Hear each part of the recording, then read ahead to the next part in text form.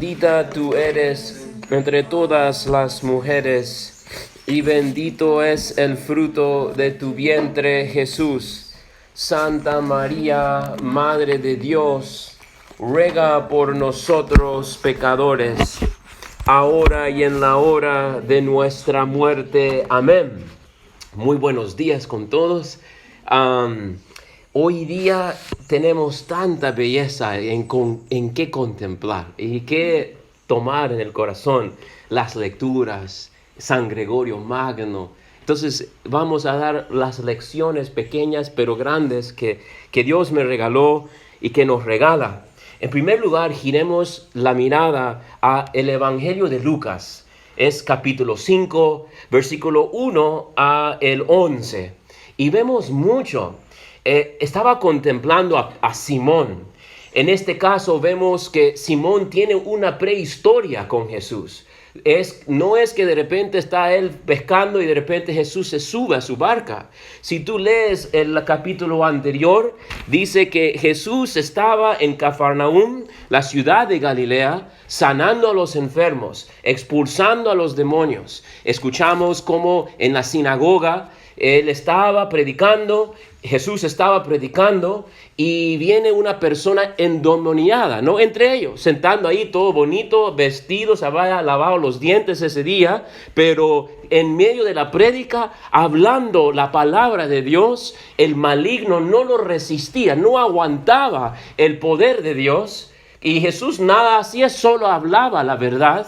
Y mira la reacción de la maldad que se desenmascara cuando es enfrentado con la verdad, y Jesús le libera. Y dice, al salir de la sinagoga, entró en la casa de Simón. Y entonces, saliendo de este exorcismo pequeño y humilde, se va a la casa de Simón. Y en la casa de Simón está su suegra enferma. Y Jesús le sana. En Lucas, la versión de Lucas, le corrige a la fiebre, ¿no? Dice a la fiebre, inclinándose sobre ella, ordenó a la fiebre, y la fiebre le dejó, y ella estaba sana. Y después del café y el té, de repente venía mucha gente a la casa y sanaba a todos los enfermos y exorcizaba todos los demonios. Y Pedro miraba todo, porque estaban en la casa de Simón, ¿verdad? Estaban ahí, había escuchado, había visto, pero igual todavía no vemos esta entrega total de este evangelio de hoy, que dejó todo, la barca, dejó todo lo suyo para seguir a Cristo. Todavía no había visto milagros, había visto expulsión de los demonios, había visto un montón. Entonces me hace recordar de el homilía de Steubenville, de ese padre que decía, no matter how it's going, keep on sowing, ¿no? No importa cómo sigue, qué resultado ves. El resultado, hemos escuchado también en la lectura de 2 Corintios, ¿verdad? 1 Corintios, pertenece a Dios. Apolo pone el agua, Pablo le mira, le pone un poco de tierra, pero es Dios el que da el crecimiento. Entonces es como un ánimo de seguir dando. Quizás han visto un milagrazo, quizás han visto un muerto resucitado.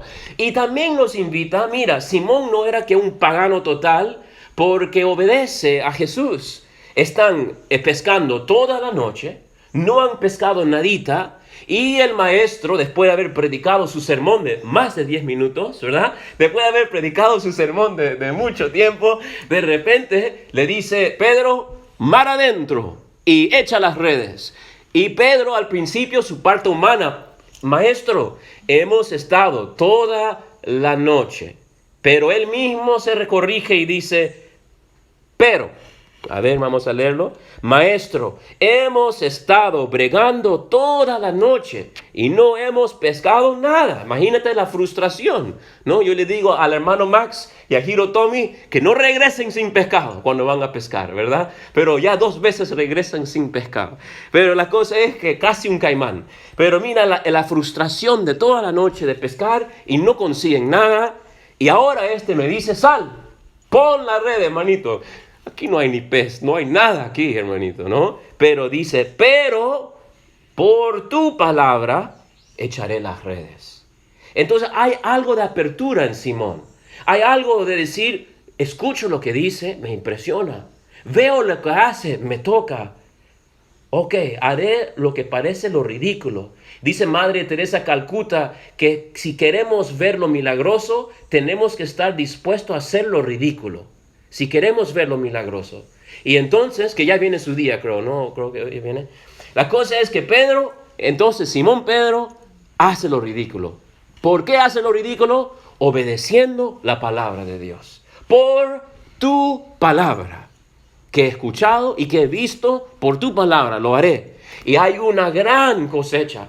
Y ahí es que Pedro se arrodilla delante de él y dice, yo soy pecador. Y mira, lo asombroso, dice Jesús, también Santiago y Juan que está ahí. Pedro era un gran pez, él mismo era un gran pez. Ni los exorcismos, ni la sanación de su suegra. Algunos dicen que no estaba contento con esa sanación, ¿verdad? Pero la cosa es que todo esto ha visto y todavía no había dado toda su vida. Y en esto finalmente algo en su corazón quiebra. Me hace pensar en todos nosotros, nuestro camino, que Dios nos llama, que Dios nos mueve, que Dios nos habla. Pero a veces estamos con San Agustín, pero no sé, sí, pero no, ya, enseguida. Pero ahí estoy, que camino, hasta que llega la gracia, el momento y brum. Y así es cuando somos pescadores de hombres. Seguimos acompañando, seguimos compartiendo hasta que llegue esa gracia. Es Dios que da la grande. Y mira esta reacción de Jesús, dice, no temas, porque estaban asombrados por esto. Porque para ellos esto es más milagro que sanar la suegra. Imagínate, todas las noches pescando. Y dice, no temas, desde ahora serás pescador de hombres. Llevaron la tierra, las barcas, y dejándolo todo, le siguieron. Jesucristo, cuando Él predica al Padre, cuando Él predica al religioso, religiosa, al laico, su evangelio es radical. No es, quiero ser una partecita de su vida, así como ese Buda gordito que tienes en tu shelf, para ser parte de tu adorno de tu casa. No, Él dice, sin excepción, a todos, buscad primero el reino de Dios. Buscar primero el reino de Dios y luego lo demás. No dice, buscar primero tú, padrecito, tú, hermanita, porque tú eres religiosa, más cerca de Dios. No, dice en total, buscar el reino de Dios. El evangelio es uno radical para todos. Un total y un sí completo. Dejaron todas las cosas. A eso tenemos que llegar nosotros y a eso tenemos que ayudar a los demás también llegar. Al decir, dejo todo por este. Dejo todo para... Y ahí es donde descubrimos todo. Ahí es donde descubrimos la alegría. Por eso que San Pablo dice hoy día, vuélvanse locos ustedes. Porque parecemos locos a dejar todo. Parecemos locos a dejar esa casa en la playa, en Clearwater Beach. Parecemos locos a dejar todo para estar aquí entre el Izango y los mosquitos. Parecemos locos. Pero es que hemos encontrado todo. Y dice Pablo entonces al final, pero dice, si alguno entre ustedes se cree sabio, vuélvase loco para llegar a ser sabio. Porque el mundo, dice, la sabiduría de este mundo es locura a los ojos de Dios. Entonces dice, este cambio de que Dios es todo y el mundo segundo es una total como cambio en nosotros y en todo lo demás. Pero a eso tenemos que llegar. Y a eso tenemos que ayudar a los demás llegar. Y solamente ahí obtengo todo. Solamente ahí obtengo todo. Salud, paz, todo. Incluso, y aunque estoy enfermo, paz y alegría. Y entonces en todo me vuelvo todo. Y dice Pablo al final, entonces, pues todo es de ustedes. Ya sea Pablo, Apolo, Kepas, el mundo, la vida, la muerte, el presente, el futuro, todo es de ustedes. Y ustedes de Cristo. Y Cristo de Dios. Entonces eso es lo maravilloso del camino de la santidad. ¿No? Y el mismo salmo de hoy dice, el mundo es de Dios. Él se lo da a quien quiere, ¿verdad? El mundo, ¿a quién pertenece? No a George Soros, como hablan, no a algunos en el internet. No a esta gente que tiene mucha plata. Pucha, los que tienen plata, que son los que rigen el mundo. El mundo es de Dios, dice Salmo 24.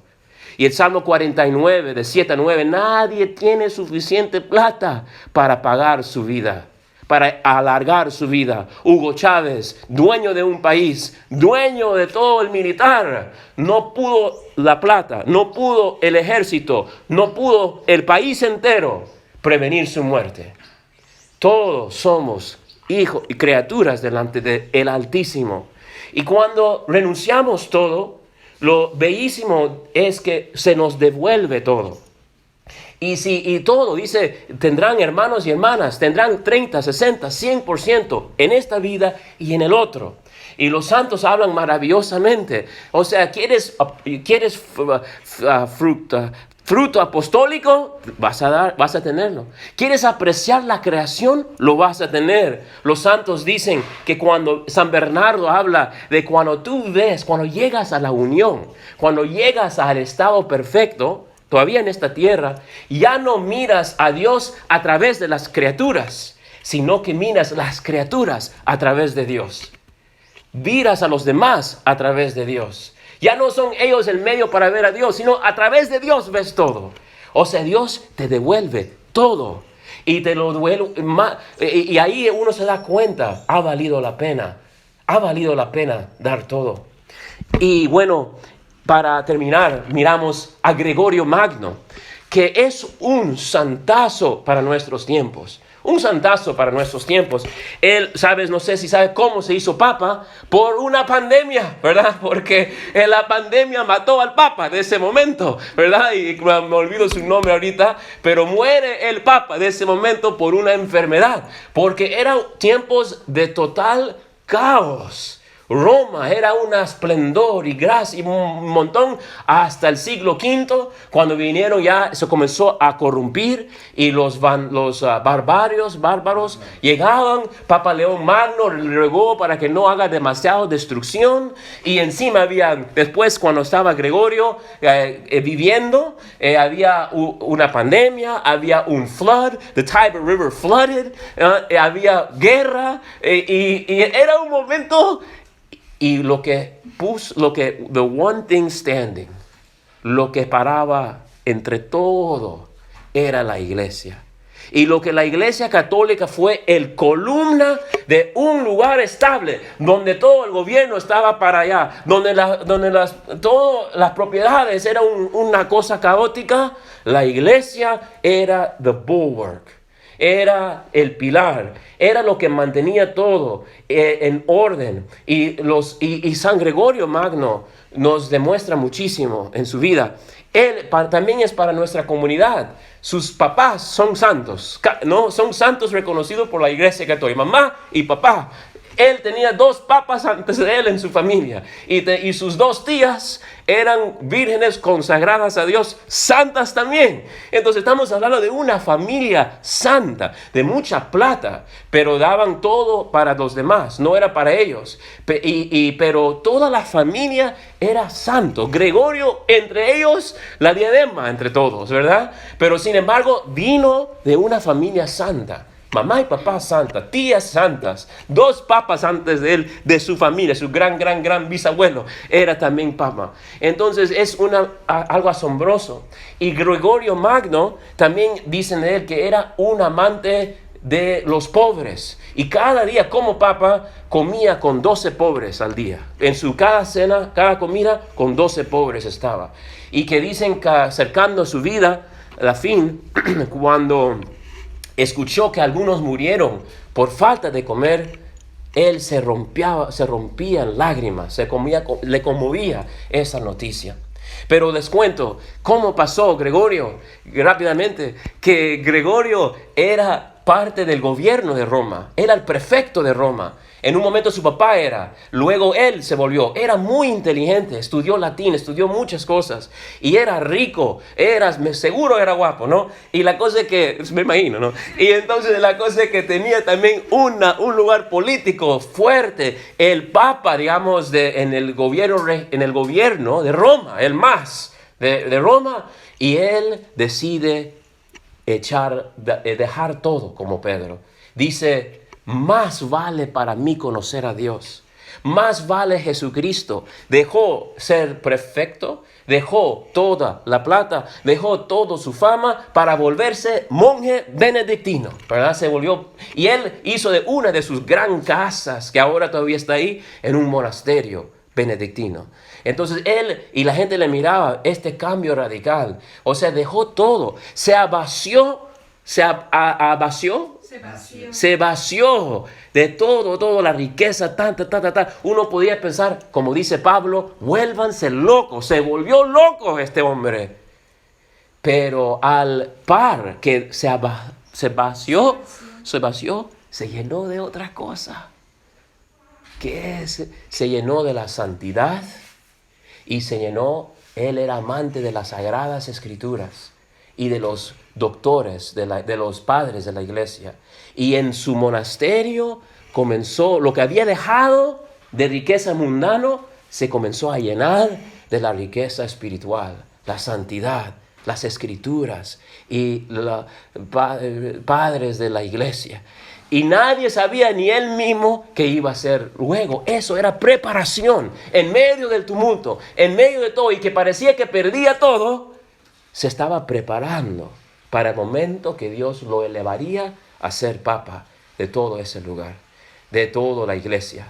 Imagínate si él hubiera seguido como prefecto romano, hubiera hecho muchas cosas bonitas ese tiempo y nadie se acuerda de su nombre, ni quizás habrá una columna que diga hecho por no tal. Pero al entregar todas las cosas del mundo, hasta ahora nos impacta su vida. Y su manera de impactar el mundo se expandió a todo el mundo, toda la iglesia, ¿no? Este hombre.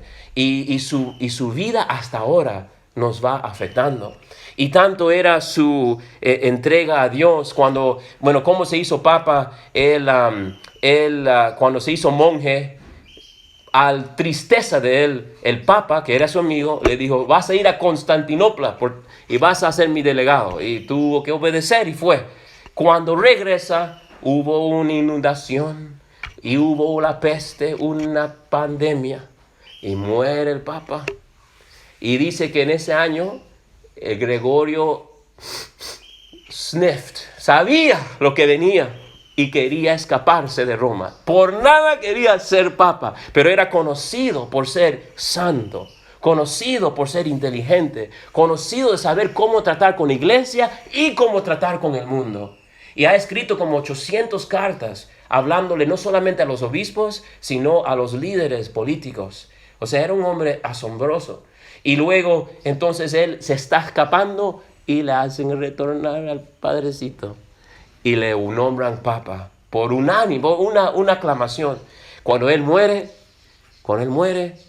le eligen al próximo papa con un solo deber: hacerle santo a Gregorio Magno.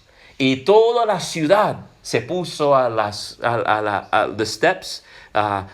gradas del Vaticano, todo del Papa, donde vivía el Papa, y decían, santo súbito, santo súbito. Era tanto su santidad, tanto su impacto.